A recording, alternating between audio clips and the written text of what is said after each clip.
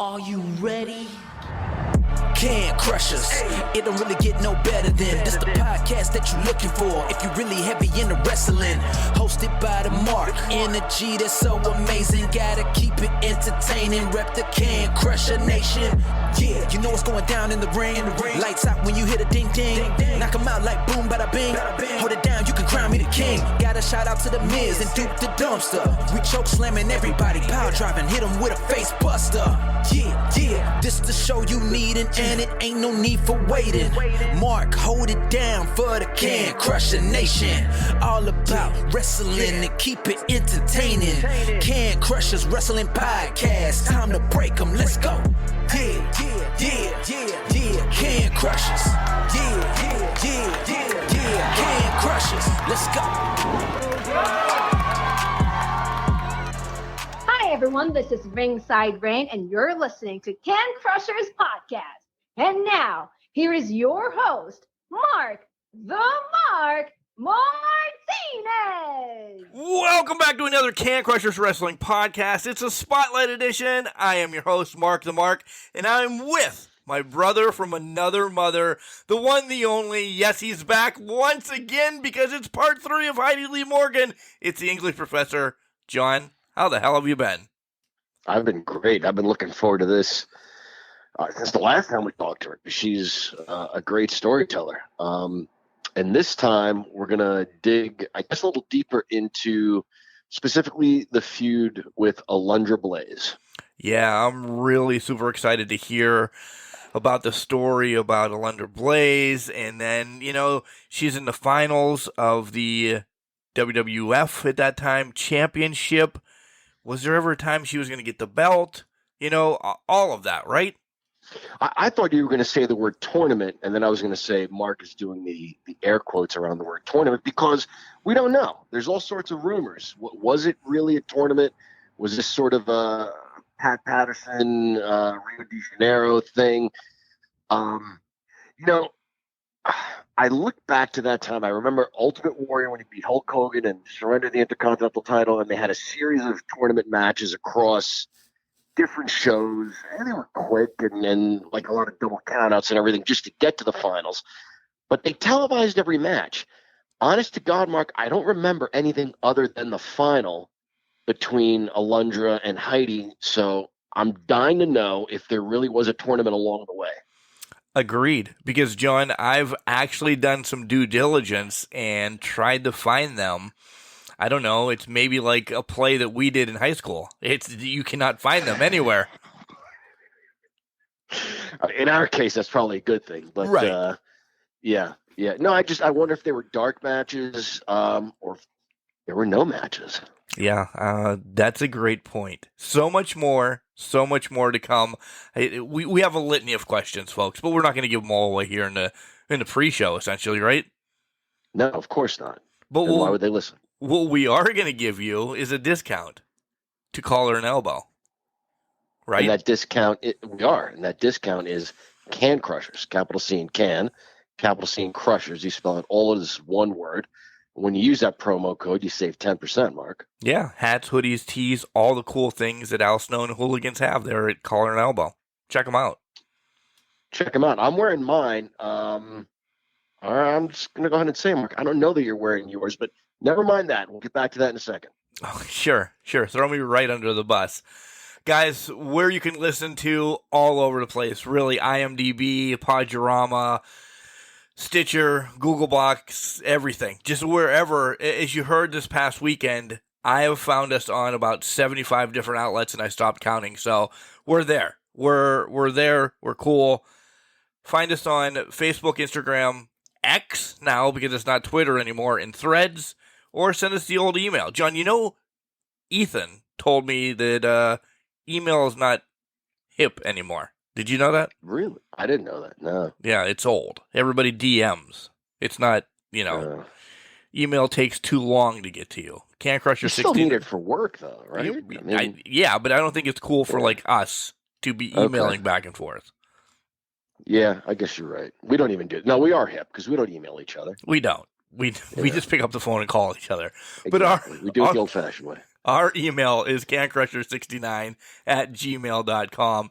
Reach out and, come on the show too. Be like Heidi Lee Morgan. She's been on 3 times, and she's going to tell 3 great stories. She did the first 2. I'm sure this one's going to be just the same. Wrestling. A love and a passion we all share. I've started a wrestling brand. The wrestling brand. A brand founded on the aspects of wrestling. 2 entities working together to create a product that connect emotionally for people everywhere. Collar and Elbow is the brand. Passion and love for wrestling is the drive. I am Al Snow, and this is Collar and Elbow, the wrestling brand.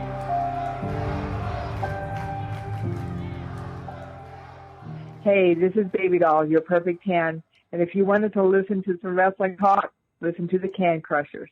Welcome back, Can Crushers listeners. We just heard from Al Snow over at Collar and Elbow. All sorts of clothing and apparel, hats, hoodies, T-shirts. Mark, I'm wearing my favorite T-shirt.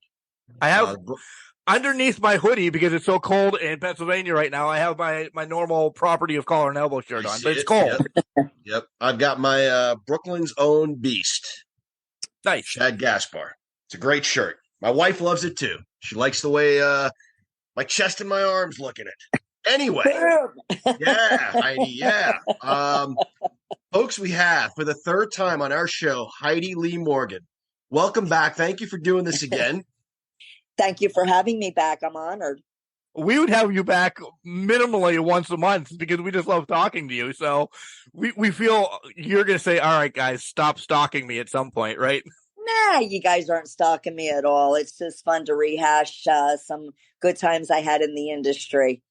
Plus, you guys are very entertaining on the outbeat as well. So thank you. Well, get to know us personally. A little bit of breaking the 4th wall here, Mark. She's so forthcoming. Be jealous, listeners. She's been talking to us for a good, 20 minutes, half hour already before we hit the record button. Yeah. Absolutely.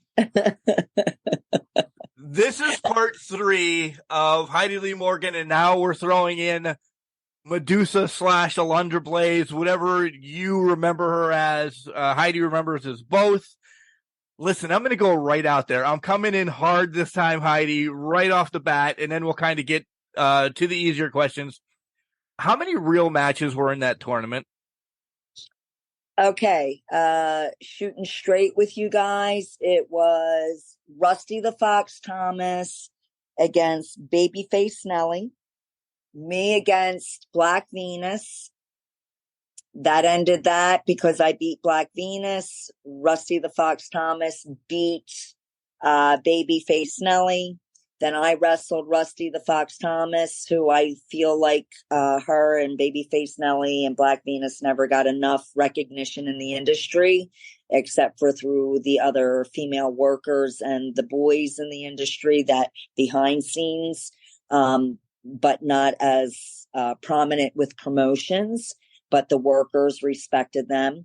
And Rusty the Fox Thomas and I had a hell of a match for them. Persephone, I believe we were either Persephone. I believe for that, it was Persephone, New York. It was actually the same day. So we had matches back to back. And then it was, I think, like 2 weeks later, because then I think it was Schenectady. I might have the locations twisted. Okay. One might have been Persephone. One might have been Schenectady. I forget that I'm not remembering, but then the one against Alundra, it was just Medusa. It was me against her. And I don't know if I shared with you gentlemen prior, that's not how it was supposed to go down. How it was really supposed to go down is JJ Dillon contacted me and Misty Blue contacted me because JJ Dillon at the time was in the office working with Pat. and they wanted to have a females tournament. Originally, Misty was supposed to go against Alundra Blayze, but Misty conveniently couldn't because she didn't want to do a television taping where she would not be the champion. Oh. And that's how I'm going to word it as nicely as I can. And her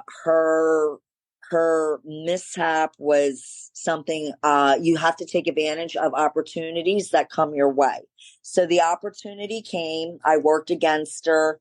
They wanted me to be a heel and her face, and not for nothing, but Alundra, aka Medusa, was never a face. Ever. Like anybody in the industry knows, she's just a heel through and through. Now, since she's evolved, she can be a face. But back then, it was predominantly everyone knew me at that point in time of my career as a face. So no matter what I tried doing, she would still turn into a heel in the ring, and they would tell her that like you're doing heel moves and we're trying to have you as a face. So her and I are dancing. I refer to it as dancing in the ring. Our chemistry in the ring was not bad. But I think we worked better after they realized, crap, we can have these guys as a tag team as opposed to opponents. When I wrestled, so that's how that went down. To get to your point, it was Rusty against Babyface Nelly, one match, me against Black Venus, that was the second match, then me against Rusty the Fox, which was the third match, and the last match was me against Alundra Blayze. Alundra Blayze wrestled nobody. But you. So she didn't do any elimination. So I don't care who gets pissed off about it. If we're going to shoot real, I'm going to shoot real. I don't have anything to hide. I never talked crap on the industry as far as the promoters or whatever, or even the females, but I'm not going to sugarcoat something that you're asking me a question. I'm going to be real about it, right? So there were rumors then for a while that it was, what we could call like a Pat Patterson tournament, the Intercontinental tournament that wasn't. He never really, he was awarded the championship, but there was a story about Rio de Janeiro. This is sort of in between. There were a bunch of ladies in this tournament, but I had no idea that she wrestled the final match against you, and that was it. Yeah, she didn't wrestle anybody. There was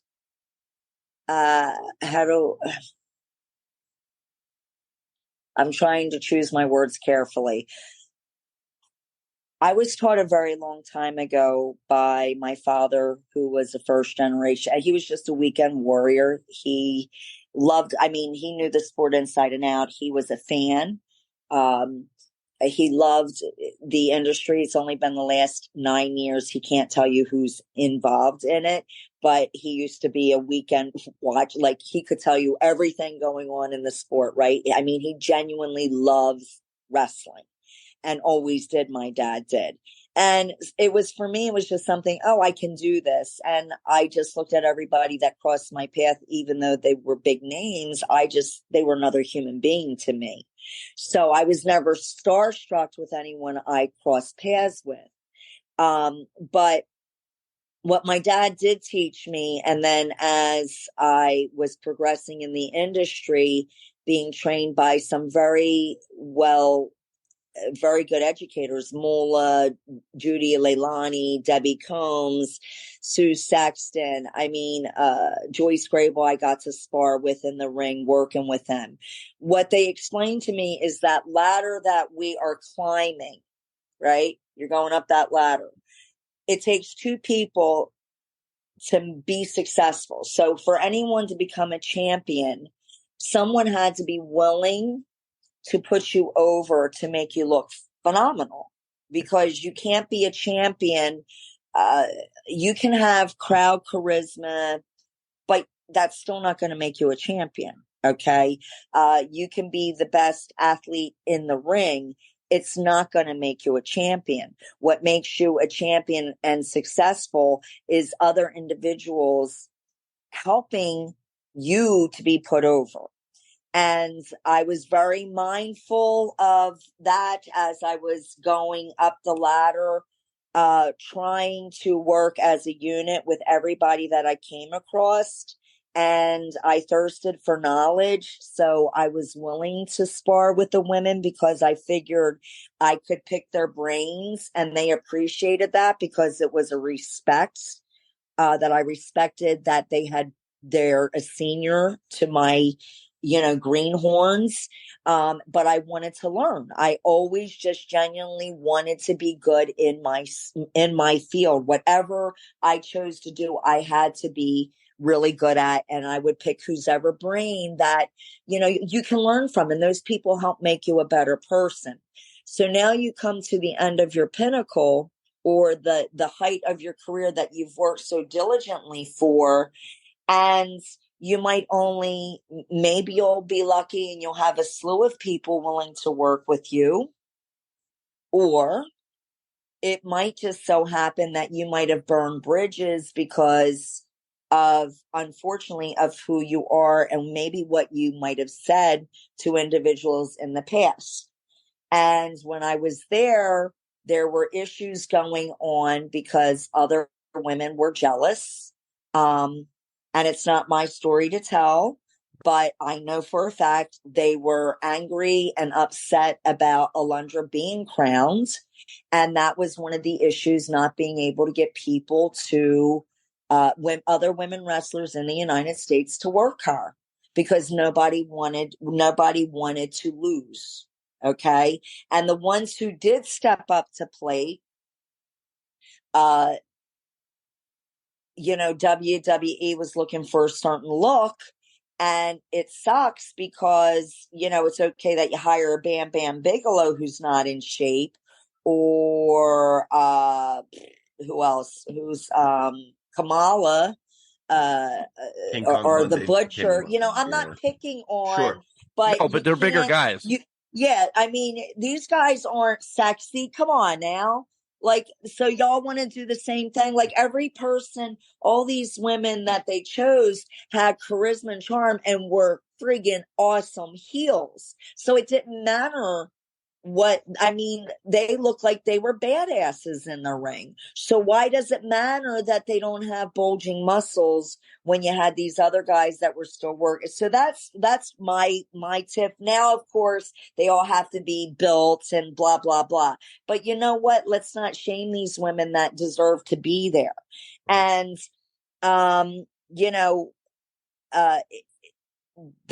the office let a couple of them work, and I don't know what happened behind scenes, but they couldn't get any other females to work. So they were trying diligently to work angles to keep the women going. And then that's when they brought Bull Nakano over. But even Luna didn't want to put Medusa over. There was a huge friggin' shootout in the locker room on that one, because Luna felt like, because she came from Moolah school, because she was a second generation, that, she should have been. So, I mean, Alundra can tell you about that friggin' argument. I was glad I was not on the card that night. That's all I can say. But I mean, there was even issues there because of that.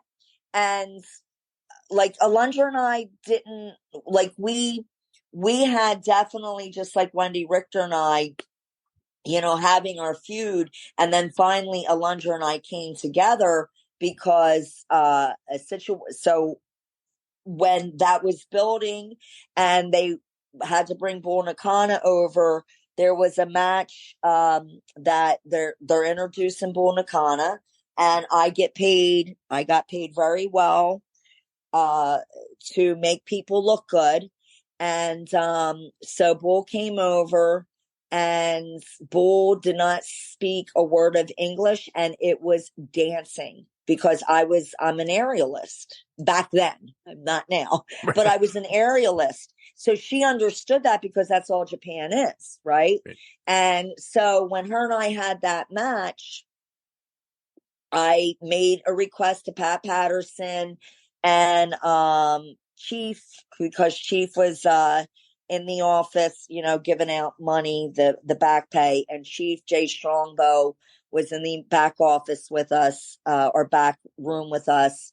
Monsoon was still alive at the time. And when they called and contacted me and said, listen, we really, we know that, it's not that we don't, but I understood business. I wasn't that cute little sexy thing that they were looking for right then and there.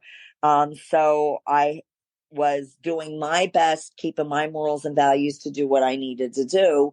And I went in as a professional. So I said, all I request is, if I'm going against Bull, is that you let me show my talent. Oh, sure. Well, okay.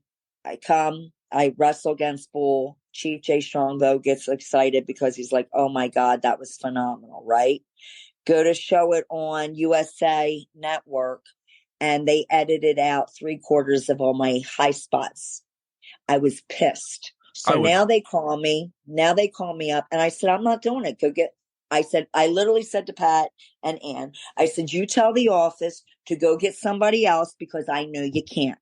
I said, I asked you for one thing. I came, I put somebody over, okay? So that way you can do this angle, and you're going to disrespect me. I'm not chop for nobody. I don't know who you think I am, but I am not chop for anybody.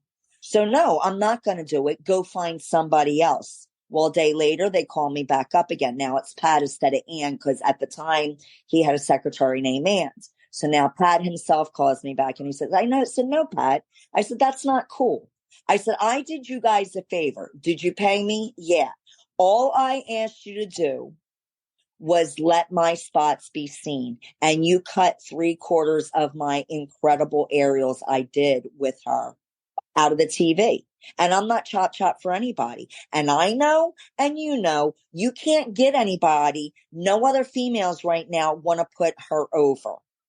Okay. So you're going to do that to somebody that's been loyal? No. I said, I don't need that. I've had enough shit in this business. I'm not doing that. I said, there's got to be a point in time that you keep your integrity, and now's the time. And he's like, no, it's if you just come back, we want to have a tag match because Chief was saying, and we're watching and blah, blah, blah. And, and at that time too, when I did that match that same day, now this is before it aired on TV, because whatever they did 2 weeks later aired on TV, right? Right. So that same night, Medusa, Alundra wrestled her, and their timing was off. And Bull Nakano landed right on her face and swelled up her face. The doctors would not let them wrestle. Would not let Alundra wrestle for the next 2 weeks. So Alundra's like begging me, you got to do these shows for me the next 2 weeks because they just flew her in. Please, please, please. Pat pulls me over. Gorilla Monsoon pulls me over, and they're like, can you do? And I said, yeah, that's fine. And next thing you know, I'm on a plane going down to North Carolina, and 2 weeks worth of being on the road, wrestling Bull Nakano 5 days each week, because, you're full time with WWE. Yep. It's not 3 nights and you're done. Back then it was 4 to 5 nights. And Chief and Tony Gurria were our money man. And they're like, holy crap. And he's like, I found the Lucille Ball of women's wrestling. He says, you're phenomenal. He's like, you're phenomenal. He's like, you are phenomenal, kid. He's like, you are phenomenal. And because of that, that's why they wanted to bring back. Now that happens. Now we're on the road. I'm coming home. I find out it's on USA Monday Night Raw. I come home. I sit there and watch, and I'm devastated. I'm like, it wasn't a chop match. Why are they doing that? And then that's when Ann called me. We want to do this. I said, no, I'm not doing it. Get somebody else, because what y'all did to me was wrong. Pat called me the next day. We're sorry. I said, no, Pat, it's not cool. And Pat says, I promise you we will make it up. So that's why when you watch that tag match that Alundra and I had, if you notice that first part of the match, Bull and I, and what I did, they did not edit. That's why it looked like it was a singles match, because they were trying to make up for what they did to me prior against Bull, to show I was a worthy component, because now they changed their mind because they couldn't get anybody. Now, in that whole interim, back to the women who started the tournament, Misty sees that, oh, they are going to use the girls. So Misty calls up JJ Dillon behind all of our backs, which she's doing, I can't say it's really behind her back, but it kind of was. And she says to JJ, Heidi and I were USA champions. Why don't you bring me in as Heidi's tag partner, and we can start building a feud against Luna and Bull. Okay. Overriding Alundra altogether. Okay. Wow. Now, you don't think people don't talk? People talk. So I get a phone call from Misty, and I'm sharing a room with Alundra. And this is like around March. Were we sharing a room? Yeah, we were sharing a room that night. Alundra and I were sharing a hotel room that night. And Misty, we didn't have cell phones back then. So I called home. My mom says, Misty says she's got to talk to you. Give her a call. So I call Misty from the hotel room. And of course, I can't quietly go out. And Alundra's listening to everything. And I'm not going to, I have nothing to hide. And I said, well, I guess I could tell him that we're tagged, that we were tag partners. And I'm like, okay. And Alundra leaves the room. She doesn't say anything. She comes back, finally hang up from Misty. And she says, listen, I'm not telling you what to do. She says, but I just want you to think. She says, I was supposed to wrestle her instead of you for the championship belt, right? And I said, oh yeah, I know that. And I said, and she said she couldn't because she was under the weather at the time. She's like, yeah, she wasn't under the weather. Now she's trying to come in because she sees what's going on. She's like, I'm not telling you not to help out a friend. She says, I'm just telling you, think before you get attacked by a wolf. And I thought, well, what the hell? I didn't want to get caught in this feud. And I just let it go. I let it go. I didn't push up on it. I put it in God's hands. I'm like, God, whatever you want to do, you're going to ride. I'm not going to push for something that I felt was a little immature, meaning the growth immature, not emotionally immature. I just mean the growth of what that would have transpired. I didn't think it was the right timing anyhow to mention to Pat or any of them, oh, we're tag team champions, because it seemed like they didn't really know what they wanted to do. And I thought, why am I going to throw something else in here if we don't even know what's going on month to month? And then it was evident to me in the summertime what they were going to do after they went through finding out that the only people that would work against her, because even at that point, I'm pretty sure that they probably reached back out to Misty. And again, they didn't want to take a fall. So no, they couldn't do it. And nor could the other women. And it's just really a shame that it came down to that. And or if they did choose a couple individuals, Bambi was a phenomenal wrestler. So was Peggy Lee Leather, God rest her soul. They could have brought them in, but Medusa was a face. So why are you going to bring Bambi in, who's predominantly? Bambi oozes face. Yep. You know what I mean? She ain't no heel any day of the week. She's a bad ass baby face. So there was no way that was even going to work. It just, that's what happened with the tournament and how it came out to play and why they brought Bull Nakano over. And, then it kind of they found out I was pregnant in January because we were supposed to do the Royal Rumble, and I didn't want to take a chance on being kicked in my belly because I was told I could never have kids. Right. And here I am pregnant, and I'm like, well, what the hell? I'm not going to chance hurting my baby. And I always wanted a little girl, and I got one. She'll be 28 in September. So that's how long ago that's been.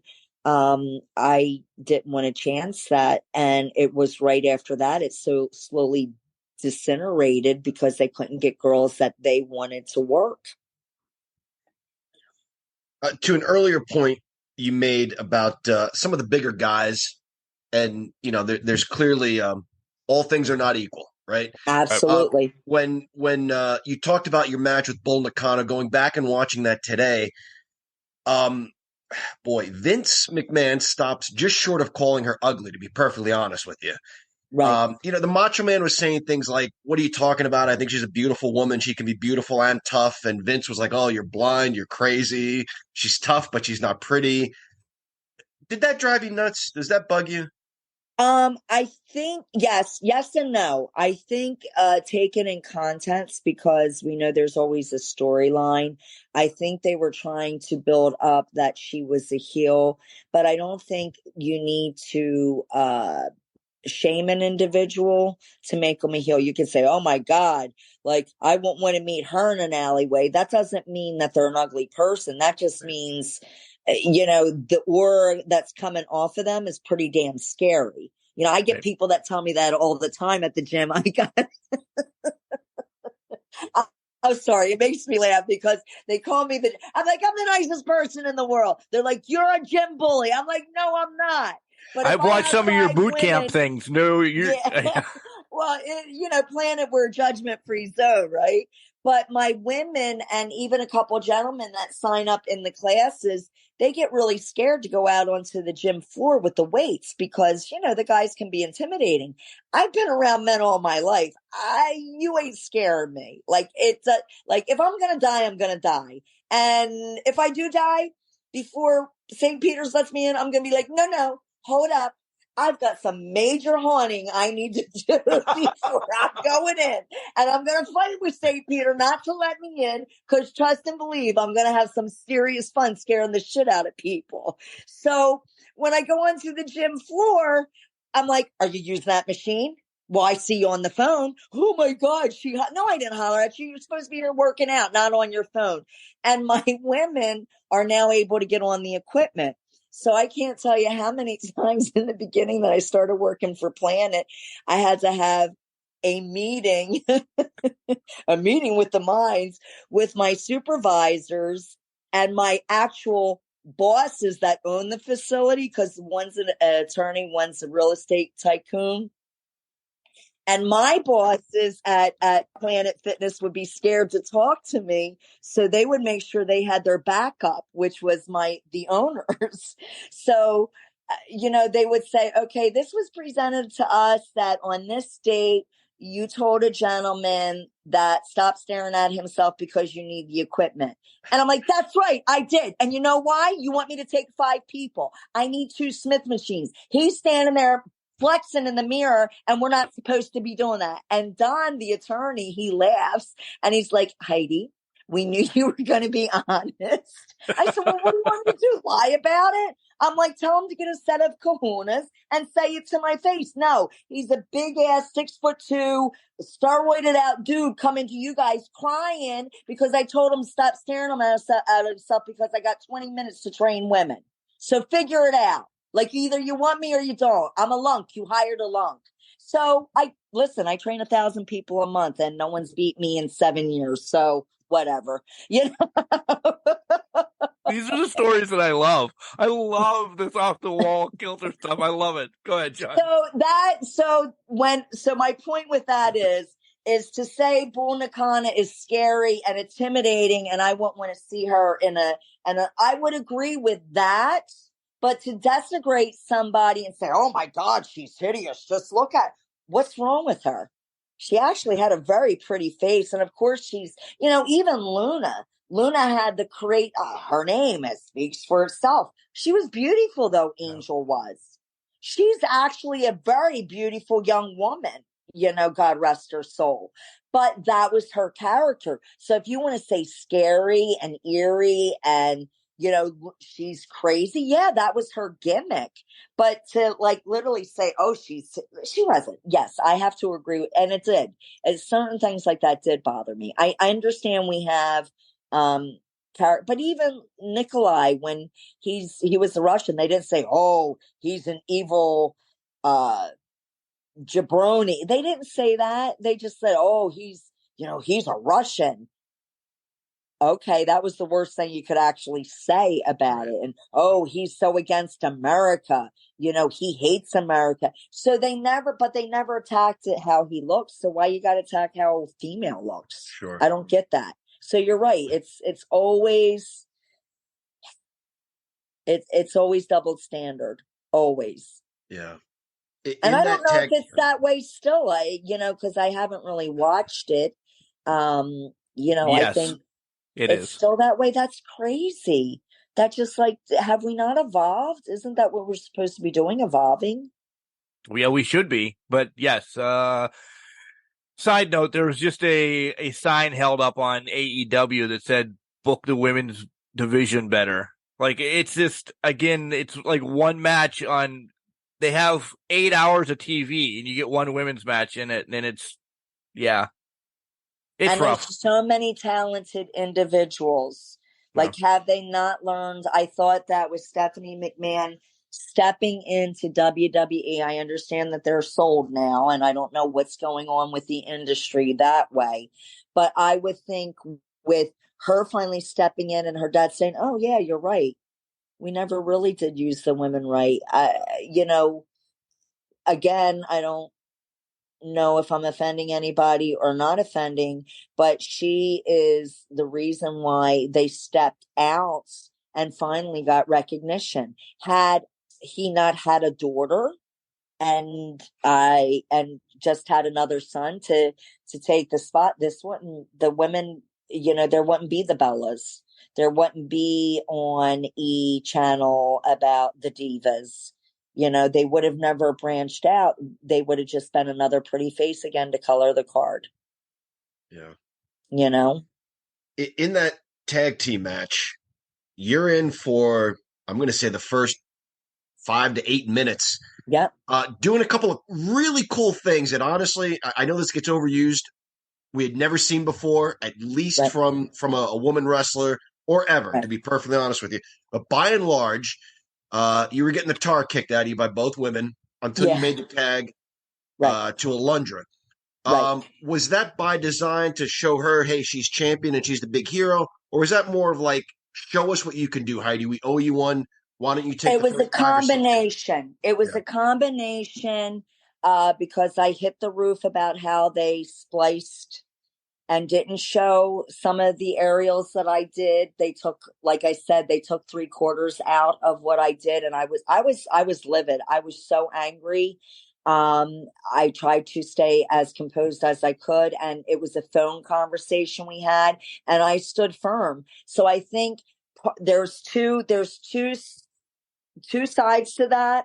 And yes, I think one was they were trying to make up the fact that, okay, show us what you can do. Now, again, Luna's a very nice individual, and, she understood ring science and theory and technique, but not technique. What's psychology? The word?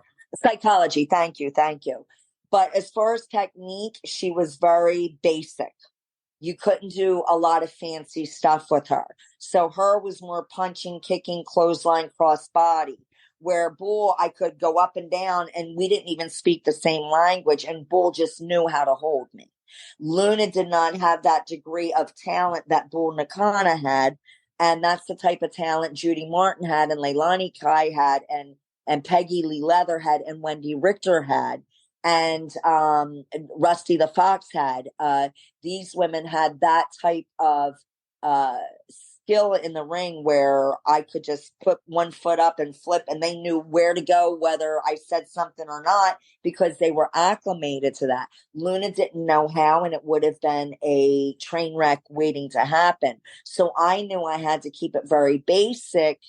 And she was more hitting, kicking, pulling, spitting, chain type wrestling. And there are different formulas of wrestling. You guys all know that. You've seen it tons and tons of time. So what Luna and I did was very basic and very fundamental. And then with Bull, I was able to show off my talent. But then they had to show that, the champion is the champion for this reason. And the only thing, and I even said it in the dressing room with the match, Alundra said, "Oh, we'll clothesline Bull and she'll duck it." And I said, "But that's a baby face. She's not a baby face. Like Great that's point. what Luna and Bull should do to us." But Yep. I'm the low person on the totem pole, so I'm like, "Okay, hey," but I said, "Hey," and I just like this. I'm like, "Hey, that's a heel move, but you want to do that? Make us look like heels for a minute? I'm okay with that because I know I'm doing my shit in the ring." So that was really the only part of the match I didn't agree with because that's a heel move. And Bull came off like she was a baby face. I understand what Alundra's thought process was. She was trying to make it look like she was strong, but then that desecrates that she's a champion because she couldn't beat Bull on her own if we're doing that. You know what I mean? So Right. that's what I was trying to bring to the table, but nobody wanted to hear me. But yeah, it was a combination to show that, she's worthy of being their champion, With only a handful of women back then, was there ever a chance, a thought to put the title on you as well? Because, the other three that we're talking about essentially were around the title all the time. And I know you did get pregnant and everything, but was there ever a chance that they said, hey, a year or two, you're going to get this or something? So they never actually discussed a singles championship. But what they did discuss, they wanted to do at the Royal Rumble was dub her and I tag team champions. And Luna really hit the roof with that because they wanted me to pin her. And I gotta say, Alundra would laugh. She's like, "I don't know what the hell you did," but she was bitching. Oh, I'm That's sorry. okay. No, you're good. She was complaining and went completely off. Now, I had not gotten there yet. And she had gone completely off on everybody about she would not take a fall for me. Period. She didn't even want Alundra to cover her in the tag match. And they told her basically either you do or you're out of job. Like, we're trying here. Like, you're not, they were not willing to allow Luna to be a tag team champion at that point or even a woman's champion. And I really do feel like that bothered her. And I get it and I understand because her gimmick was phenomenal. I think they were more concerned on how her behavior would be if she was given the belt. What would she do in public? Would it be a good thing or a bad thing? So I think it was more that they felt she was a little unstable. They didn't know how, because, there's a certain integrity one must carry, even though you have a gimmick, you still have to follow certain protocols, right? You still have to, Ric Flair, one of the greatest heels of all time, he knew he had to carry himself a certain way in public. George the Animal Steel, the same thing when he was a heel, right? There's certain mannerisms that they expect. And I think that they didn't know what they were getting. And I think that was one of the things that held her back from getting it. So apparently there was shit hit the fan, wasn't going to put me over, did not want me pinning her. I knew nothing about it until that night we do the match. Nothing was ever said to me. And then later, it was shared by the boys that she hit the roof. And Alundra's like, I don't know how you dodged that bullet because when she had to wrestle me the one time for WWE, and it was after, I beat her. I mean, she beat me for the belt, right? And her and I had a couple matches. Then she went against Luna. Apparently from what Alundra said and a couple of the boys, what they told me was there was a major argument and Alundra wasn't arguing. She's like, listen, we're here just to do a job. And apparently Luna went off on her to the point she attacked Alundra in the dressing room. And to the point that it carried over into the ring. Alundra won. So it was a shoot in the ring then. Oh, it was. And Alundra's like, what was I supposed to do? She's like, I'm basically letting this woman beat the crap out of me because she's so angry that she had to lose. She was so angry she had to lose. And she says, what the hell did you do to her? Like, she will never confront you to your face. You're the only female wrestler she has never done that to, because she's flipped out on all of us. I said, I don't know. She just took a liking to me. And I know when we were pals, she told me that she thought I was one of the nicest people in the world and I wouldn't harm or hurt. She says, why are you in this industry? You would never hurt a hair on somebody's head. And I said, because I love it and it's easy for me, and she says, well, you're lucky I like you. And I said, thank you very much. That you like me. I don't know what else to say. So apparently from everybody else, she, like, even people she tagged with, she beat the crap out of. And I mean, I've had several women say, what? I said, I don't know. I have no idea. There was just, I have this force of God surrounding me because they're like, you are one of the only females she never attacked. She did shave my eyebrows, but never attacked. I deserved it because I had a little too much to drink, though. I was going to say, there's got to be a story there, right? Oh, yeah. It was. I drank a little too much, and I caught her in the act shaving it and flipped out, and she went running with Tatanka thinking it was hysterical. That was pal days. And I said, never again will I drink on the road. That was the last time I ever drank on the road. Mm-hmm. Mm-hmm. Wow. I know. That is, get back from that. From it. Yeah. Some of the suggestions like that you would make to Alundra Blayze, like, hey, I don't like the double clothesline because there's a psychology behind it. It was for what the fans would be watching and understanding and enjoying. With Luna, this seemed to be pretty ego driven, because you didn't seem, look, you want me to win, you want me to lose, I'm happy to do whatever you need me to do. Just spotlight my stuff and allow me to work hard. What was her deal? Because at that point, things were starting to come out of the closet and, hey, we're entertainment and we're not part of the athletic commission anymore. Right. Why did she take things so seriously, do you suppose? Because you're both second generation. I'll tell you why. She was a second generation wrestler. Her stepdad and the whole Vachon family were all diehard wrestling fans.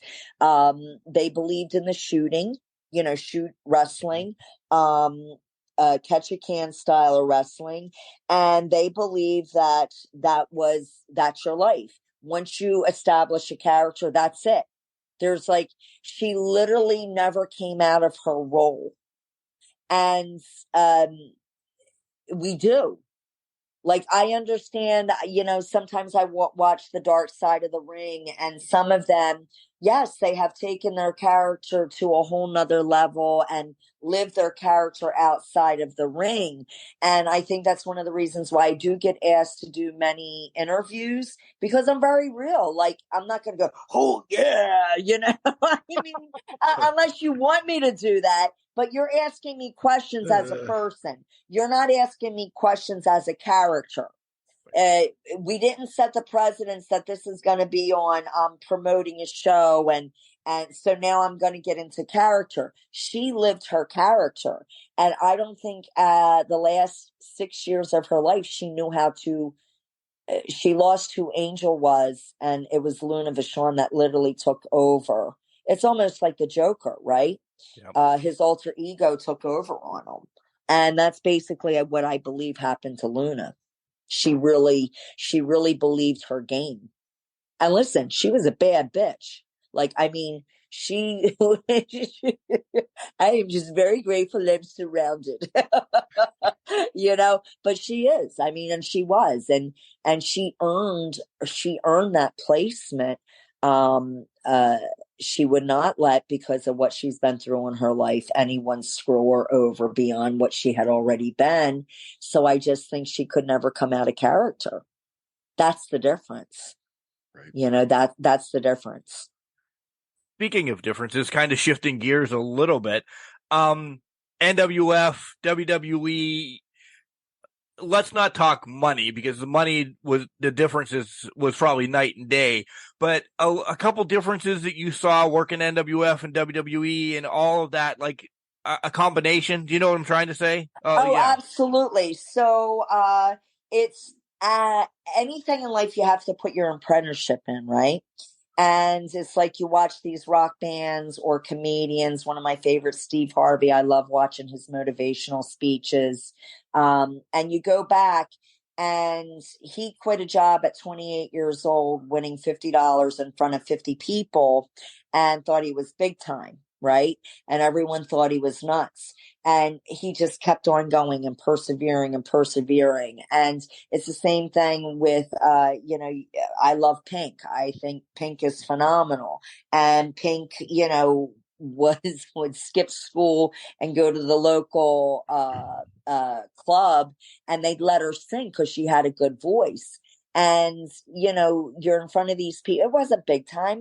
It's Taylor Swift just, my daughter just shared, matter of fact, on social media, Taylor Swift, her family had a handmade sheet written out, Taylor Swift tonight. And she was on a farm flatbed at some fair where there were only 8 people in front. And then they showed today's where, it's 25,000 people, right? You have to start somewhere. Now, NWF was above, I will say this, if you take independent wrestling, NWF was actually above the other independent wrestling because the owners and operators, Mike Dano, Nate Goldberg, his last name, I kind of forget, Rob Russ, an awesome gentleman, God rest his soul, he passed away. DC Drake, he was instrumental in believing in me, and I'm extremely grateful for that as well. And Wendy Richter, but Wendy was a talent like I was. DC was part of that niche. So the other 3 gentlemen, their lives were promoting and pushing on concerts, and they did bands. So they understood the concept and had the connection. So they already had the experience behind them. And what that allowed me to do was it jump-started my career. It put me 5 years ahead because I learned from the get-go, unlike a lot of people, there's a camera, play to the camera. You're not just playing to the 8, because there's 8 sides, and we've had this discussion because you do theater art, right? You have the one side in theater art. As an announcer, you have 8 sides. You have 4 turnbuckles and 4 ring sides, right? We don't have 1. We have 8. Now there's a base camera. There's always a base camera, the main camera that doesn't move. You have to pay attention. Then you have the cameras at the ring. I learned at 20 years of age, going on 21, coming right out of Mullah school. Here's, because of NWF, here's the camera. This is what you need to play to. Yes, you have 1,000 people that are going to be here at the filming and taping and at the, the steel cage match Wendy and I have. But you have to play to the camera. And I took advantage of that. And I would ask anytime they would do the editing, and I would talk with Nate or Mike or Rob Russin or DC Drake. I'd be like, did I play to the cameras? And they would critique me. And you have to be willing to accept criticism. All the time. And I was always willing because I wanted to get better. I didn't take it personally.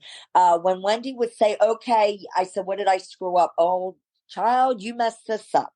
It was never like it was a whole bunch of crap like it was in the very beginning when I started. And my first match was against Donna Crescentelli down at Mullah School. I mean, I screwed up from A to Z, and she let me know about it. But you know what?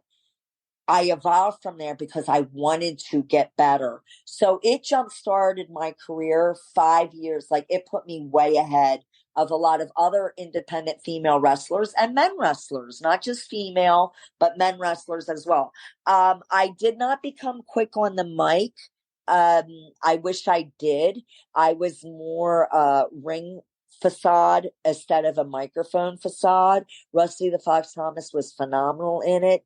Alundra was never really a strong suit either. I would find sometimes I would get tongue-tied, but as it progressed, I got better, but I was never a rock. I mean, Dwayne Johnson is one of the best with a microphone just off the top of his head. I mean, I'm one of these people.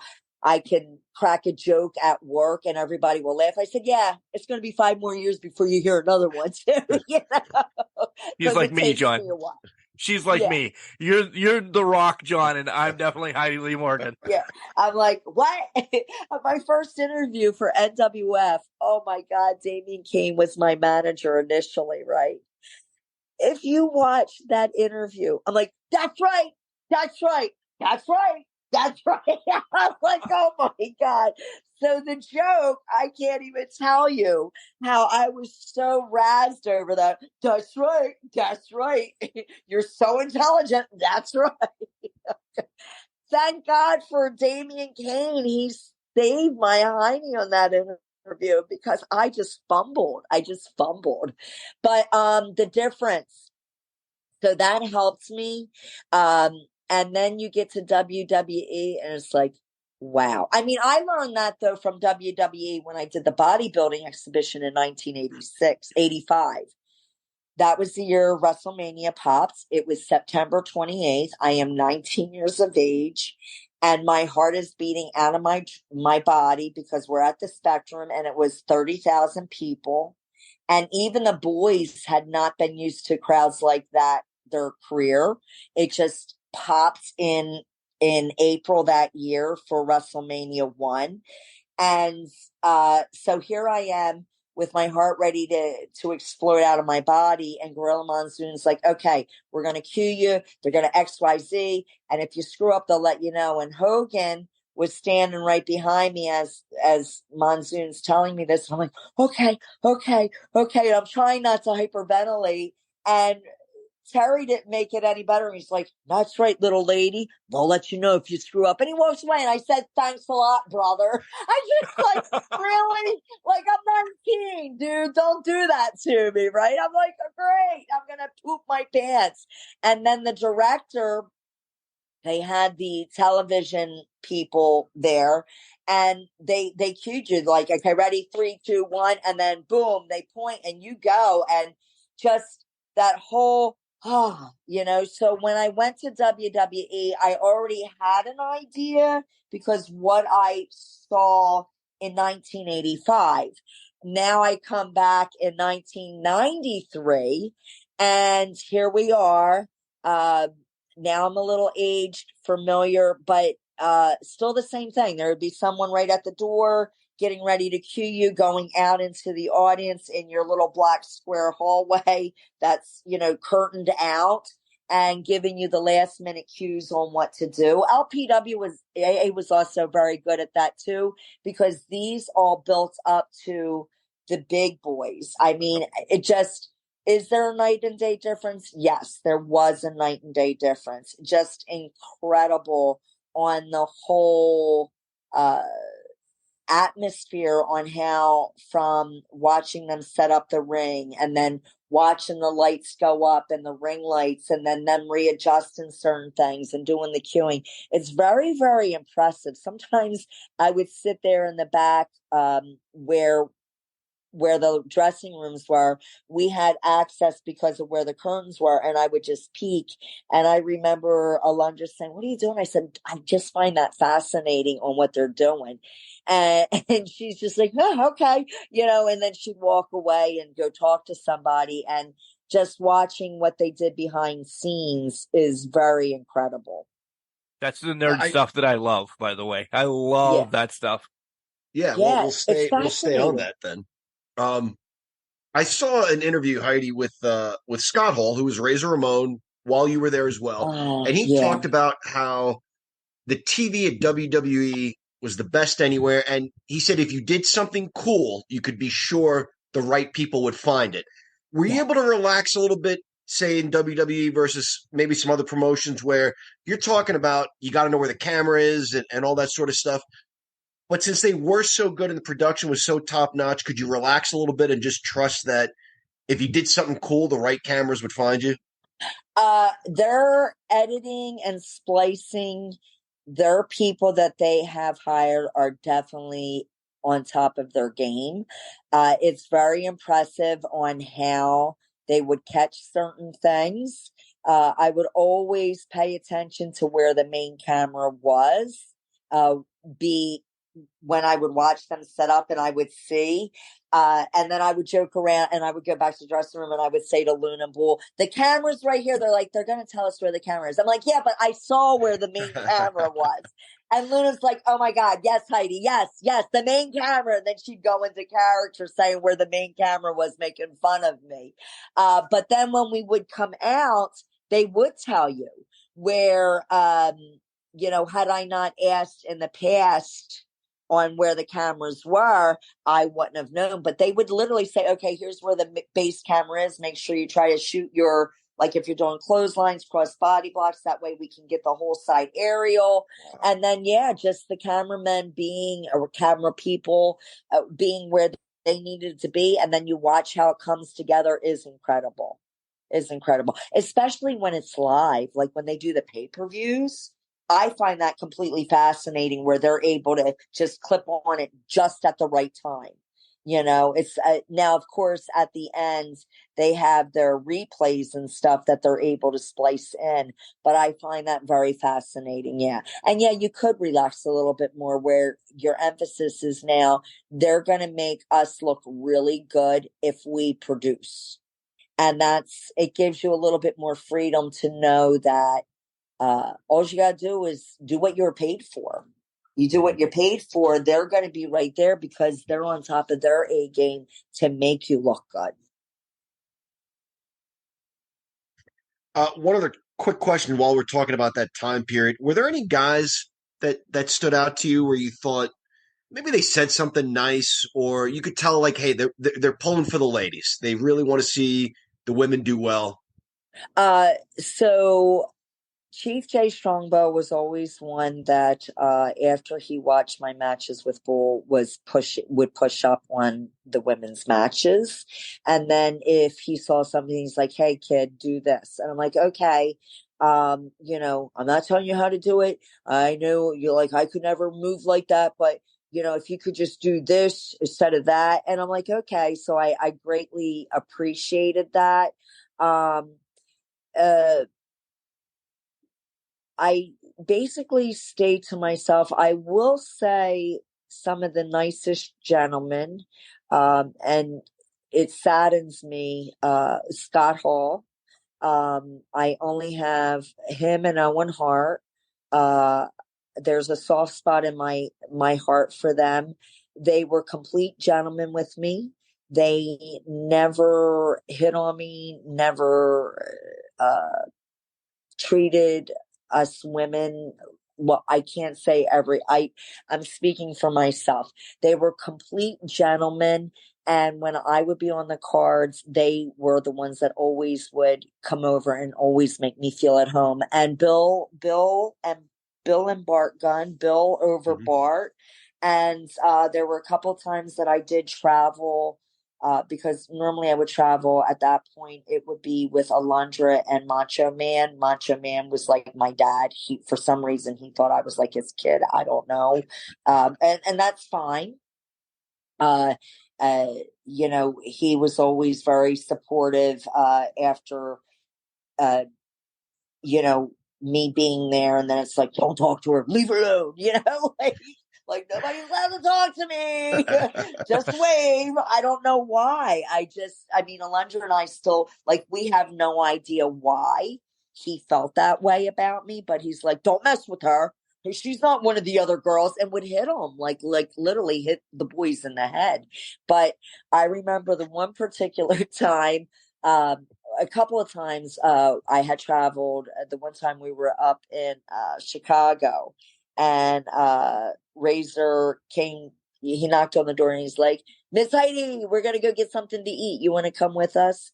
And I said, no, that's okay. I just stayed back at the room. And he's like, okay. And then another time, but I drove with them. And they're like, okay, you drive back with, and I drove back with them, complete gentlemen. And then the one day I did go out to eat with them, and we were in Toronto. No, not Toronto. Nova Scotia. No, not Nova Scotia. Quebec. I'm sorry, Quebec, Canada. We were not. Was it Quebec? Montreal, Quebec. Yeah, Quebec. We were in Quebec, Canada, and we were. It was snowing and there was an indoor pool. So I like to do my Pilates in the pool, stretching out, whatever.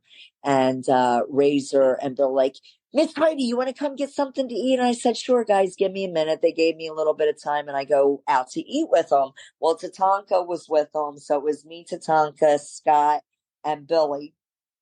And we're eating, and Tatanka was going into detail about somebody he had met at the last town. Billy, just out of nowhere, he just turned around, smacks Tatanka. He says, what's wrong with you? Heidi is here. And Tatanka looked at him and he's like, yeah, it's Heidi. Like, she's one of us. And Bill's like, no, she's a lady. She's a lady. No, she's one of the boys. He's like, you might think she's one of the boys, but she's a lady. And Scott's like, what's wrong with you? And it was just the cutest thing because they were like two big brothers protecting me. I appreciated where Tatanka, like, where he was, I'm not gay. He wasn't saying that, but guys are comfortable around me, and God knows I love my men, but Tatanka was comfortable, and he didn't like. He's just like, but she's one of. So I understood what he was saying, but I really appreciated more what Scott and Bill were saying, that she's a lady. Like, you don't talk like that around a lady, you know? And he's like, but she's just one of the boys. I thought that was the sweetest thing. Scott and I always talked behind when we were waiting for the matches to go on. I did not know that Scott had issues. I don't know what happened, because at that point in time, he was he talked about his sons and his wife. And I think that was one of the things that he appreciated about me, was I always asked about his family. He would show me pictures that he had from them of whatever adventure they had gone on. And then, of course, I left because of getting pregnant. And then like a year and a half later, I heard he got into some, and I wanted to cry for him, because I'm like, that's not the Scott I know. I don't know what happened to turn him around to where he was, so it's very sad. It's very sad, because the Scott I know was a very good person. Okay. That's somber. That's a great story. That is a great story. And I'm going to try to wrap it back up. We've kept you longer than normal, and I want to give you your due diligence. But I have to ask you this. I really do. Yeah. This is a question from episode 1 with you. Yeah.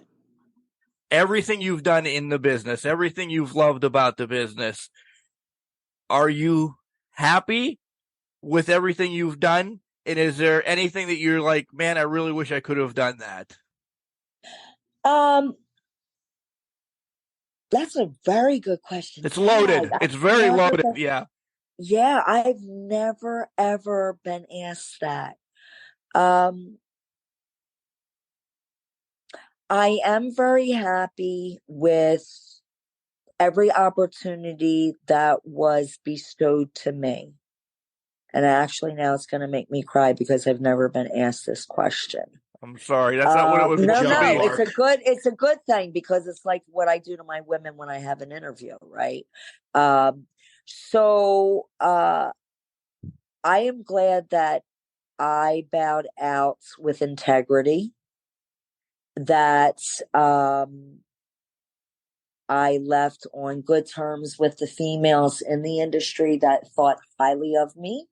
I wouldn't trade that in for the world. I would have pushed up harder. I think to have my voice heard more instead of being taken advantage of. I wasn't taken advantage of like other women were. I don't mean in a sexual way at all. I did stand my ground. And it wasn't because I was being conceited. It was because I just felt like I put my dues in and you're going to pay me. And I think I was too early. I think I was before my time. I think I would have fit in perfectly more had I had my health in my youth. Had I come into the 4 years later, but then I don't think I would have had the opportunities of working with incredible women that made me the wrestler I was. Because without them, my skills would have never been where they were. And then the other regret was I don't know what I did wrong in Japan, because Japan is a very interesting audience. I had the opportunity going there. That's probably really my only regret there is I didn't understand how the girl that came with me that couldn't take any bumps, but she was a zombie character, was a hit. And here I am busting my ass, clean bumper, as Pat Patterson and all of them would say, Nick Bockwinkel, and just a lot of these JJ Dillon, they would be like, a person's going to be a good wrestler if they take good bumps. And I'm thinking, when I went to Japan, I don't know if it's I don't know what I did for them not to want me back, if that makes any sense. And then I'm thinking, you're going to have a girl that came from Glow that was only with Glow for 2 weeks and they shut down. She's a zombie. She can't even wrestle. And you're going to put something like you're going to bring somebody like that back. I don't understand the logic there. Right. So and no one could ever answer that. And the only thing I can think, without disrespecting any culture or organization, was when I did go over all the promoters, the financiers of the promotion you go out to eat with, and the one had tried to put his hands on my hands, and I went like I literally pulled like, yeah, no, that ain't happening. So I don't know if that's, like, I often think back, was me flinching and giving him a look causing me not to go back? But if that's the cause, then I would do it again. But not to have an answer on why they didn't want me back, I have no idea. Yeah. So the regret is not knowing, but obviously not your actions. Not your actions. You did the right not knowing thing. like why, because I'm a damn good wrestler, so why wouldn't you want me back? That's the only real thing out of my whole career that I can say. I mean, because I think every other part and aspect was, I had opportunities that only people wish they had. Yeah. I was very blessed, and it makes me very happy thinking about that. Because it was a cool ride. It really was a cool ride. Just wish I would have made more money. Yeah. I wish I would have saved more money from all the money I made. All right. And one last, and then we'll give you your to-dos, your shout-outs and everything, because you're going somewhere, by the way, and we're really excited about it. So is there somebody that you wish you worked that you never worked with? Yes. I wish I would have had the opportunity to work against Sherry Martel, because it seemed like I was always, like, she always left a month or two, right, or 6 months. Right. Yes. I was like right behind her. And who else? I think it would have been cool to wrestle Lita. because of the style of wrestling. That's my type of style of wrestling. And that's the only ones I can think of because I got to wrestle all the good ones. You did. I was really lucky. I did. Joyce Grable, the Vashons, Desiree Peterson, like all of them, Peggy, Sue Sexton, Susan Green, Velvet. I got to wrestle all of them. I mean, that's cool. That's really cool that I can say I did that. It really is. John, you got any final? Just wondering where we're going to see Heidi in there the you future. go. Yes. Okay. So I got to make sure I say this correctly. So I have the honors. I was just hired to do Legends of the Hamburg Wrestling. I will be there on September 16th from 11 a.m. to 4 p.m. It's epic. There's so many incredible wrestlers that are going to be there. I'm really excited about that because I feel like it's going to be a reunion, as well as so many fans that are going to come there. So I'm really stoked that I get to be part of this really cool autograph signing and greet and meet with all these other wrestlers that will be there. You have any stories? I cut you off, John. Sorry. No, it's all right. I know that's what you're going to ask. Do you have any stories about Hamburg or anything that around that area? Yeah. So I worked there with Alpha, which was, he had a couple of shows there. NWF had a couple of shows, and LPWA did one of their TV tapings there. So it was the first female organization there, which Hamburg has always been a very positive part of my wrestling career being there. And actually, is that where I broke my back for Alpha? Now that I'm thinking of December. Oh my God. I think that is Yes, that is where I broke my back. Hamburg, Pennsylvania, on December 20th for Alpha. So it'll be like a homecoming for you. Absolutely. I'm like, I'm back. This time I'm not breaking 3 vertebrae. The anxiety when she steps into what is a sportatorium or whatever it's called, it's getting like all set up, right? It's like, no, bad memory. No, only good memories. You love reconnecting with the wrestlers as much as meeting the fans too? I do. It's really cool to see some of your old colleagues that are in it and who still remembers you.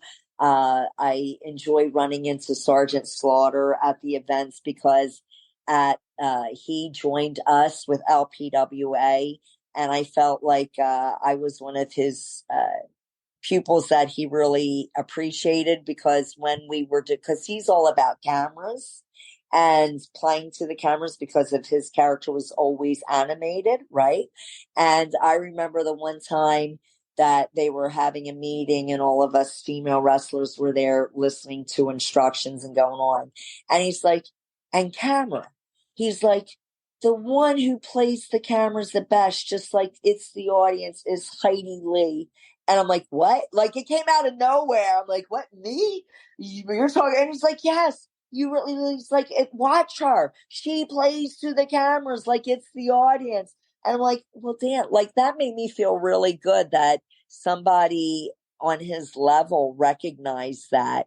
So when I see him, I saw him a year ago at a signing, and he's looking, he's like, the only thing different is a couple of lines on your face. And he says, you're fuller, being test-wise. It's like, you're fuller. And he says, but you haven't changed. And I said, I try, I just try, So, I ran into him last year. It was pretty cool. But it's fun. It's old home week and, you rehash. And remember when this... like I was telling the stories about, behind the scenes. Right. Well, the only thing better than this, Mark, would be in-person stories, right? Yes. Right. So we'll see her in September. Absolutely. We should probably take her out to eat or something, really, because she's been amazing for us, really. He really has. She's gone Oh, above and I beyond. like to eat. You might listen. I'm not going to order salad, guys. I'm just No. letting y'all know that. Just saying, if you're down with it, we'll throw it out there. I am down We'd with love it. to. Absolutely, Okay. absolutely. I would enjoy that, and I would absolutely be honored. Awesome. What else is going on, radio and all of that? Because I love when you plug that. Because this is Yes. So excited. my Women Encouraging Women show, and I'm sorry I took up so much of your time tonight, gentlemen, but my Women Encouraging Women show on 92.1 FM WVLT, Cruising with the Oldies. It has over 200,000 viewers, and it can be heard 2.5 hours clearly, not static. On FM radio. I know it's it's not satellite, but it is radio. And I am completing 1 year, and I had just signed for a second year, and I already have 2 months of incredible women willing to tell their story. So I'm booked up until October with my lineup. And Planet Fitness Corporation, Art Thomas Realtor Company is my owner for Planet Fitness in Vineland and Millville. And he let me know that they are going to sponsor, because we need sponsorship. And he is going to sponsor my show for all 52 weeks with the agreement I'm not allowed to leave Planet Fitness not beating on, but educating their members. So I'm very honored and humbled that I'm able to do that. Stoked, Awesome. actually. Yeah. And then whatever autograph signings I can do. I'm not a bump person anymore, but I'll be willing to do autograph signings and refereeing, but no bumps. So if anybody is interested and, they got a weekend gig coming up, they're more than welcome to reach out to me on Facebook or social media. Yeah. Heidi, thanks so much. I know that doesn't cut it. That doesn't say enough, but really thank you. We've had a blast these last 3 times. I greatly appreciate it. Thank you for letting me tell the truth behind the stories that are not just theatrical or characterized, but the realness that's behind, and that you guys have a platform that you're willing to share that instead of just the character side. So thank you for allowing me to be me and to share my truth behind my years of wrestling. We had a blast. Again, we can't repay you, but we'll take you out to dinner. That sounds like a creep, but we'll set it up in September.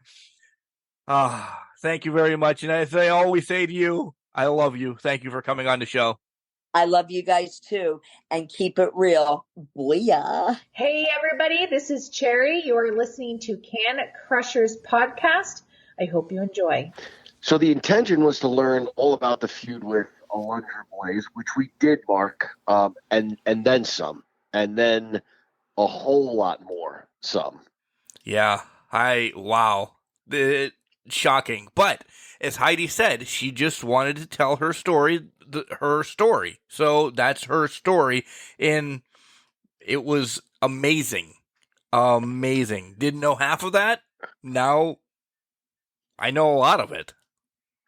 She does a great job of telling, her story, but being truthful and, balancing that with kindness, measuring her words carefully so as not to bury anybody.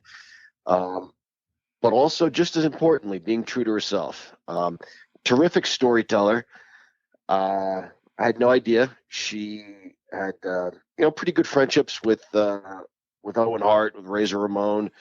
And it was funny to hear how they and Billy Gunn, how they stuck up for her. Because Savage. he was friendly with those guys. Yeah, and the Macho Man too kind of took her under his wing. Became like a father figure of sorts to her.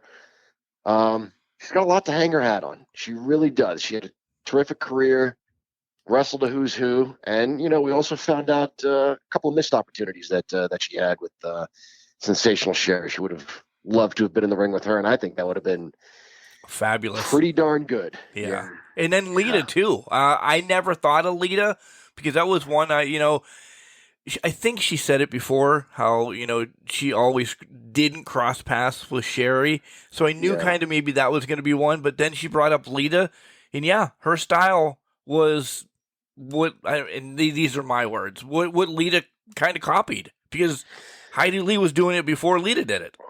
And, in the grand scheme of things, obviously when we were kids, it seemed like, oh my gosh, those are completely two different eras. What's Heidi talking about? In the grand scheme of things, they really only didn't cross paths by a couple of years, really. Yeah. And that's crazy. You know what I like, John? She is a production nerd too. I loved when she coming out behind the stage, watching everything put up. That kind of popped me a little bit.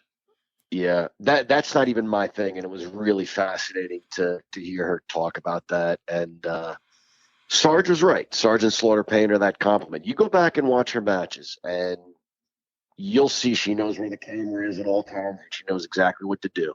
She really was a natural performer. She was. And John, just wrapping this all up, man, I can't wait to go out to dinner with her. I know I said it like 3 times on the podcast. I sound like a creeper now, but just to pay it back, we can say, hey, you've been on the show 3 times. You gave us your time. Thank you very much. And like grandma or mom, we have to feed them before they go, right? Yep. And one other quick thing I wanted to mention, she talked about the tag team matches, singles matches with Bull Nakano. That tag team match where she teamed up with Alundra Blayze, that's wild that Bull Nakano didn't speak a word of English. I didn't know that. And you watch that, it's flawless. It really is. It's seamless. There's a point where she essentially climbs up Bull Nakano, like steps up into a flying head scissor. I mean, you get one shot at that. It's live TV, and you don't even speak the same language to call that spot. Really remarkable athletes all around in that match. And Heidi, obviously goes without saying, was incredible. She, we talked about it. She took a hard beating for a while, and eventually made the hot tag to the champ. Yeah, effortless. Unlike me trying to say it. Right. This has been a blast from the past, and then just continuing on more and more. John, thank you for being on this ride with me and Heidi Lee. Thanks, Mark. I had a blast, buddy. Remember, just because you're trash doesn't mean you can't do great things. It's called a garbage can, not a garbage cannot.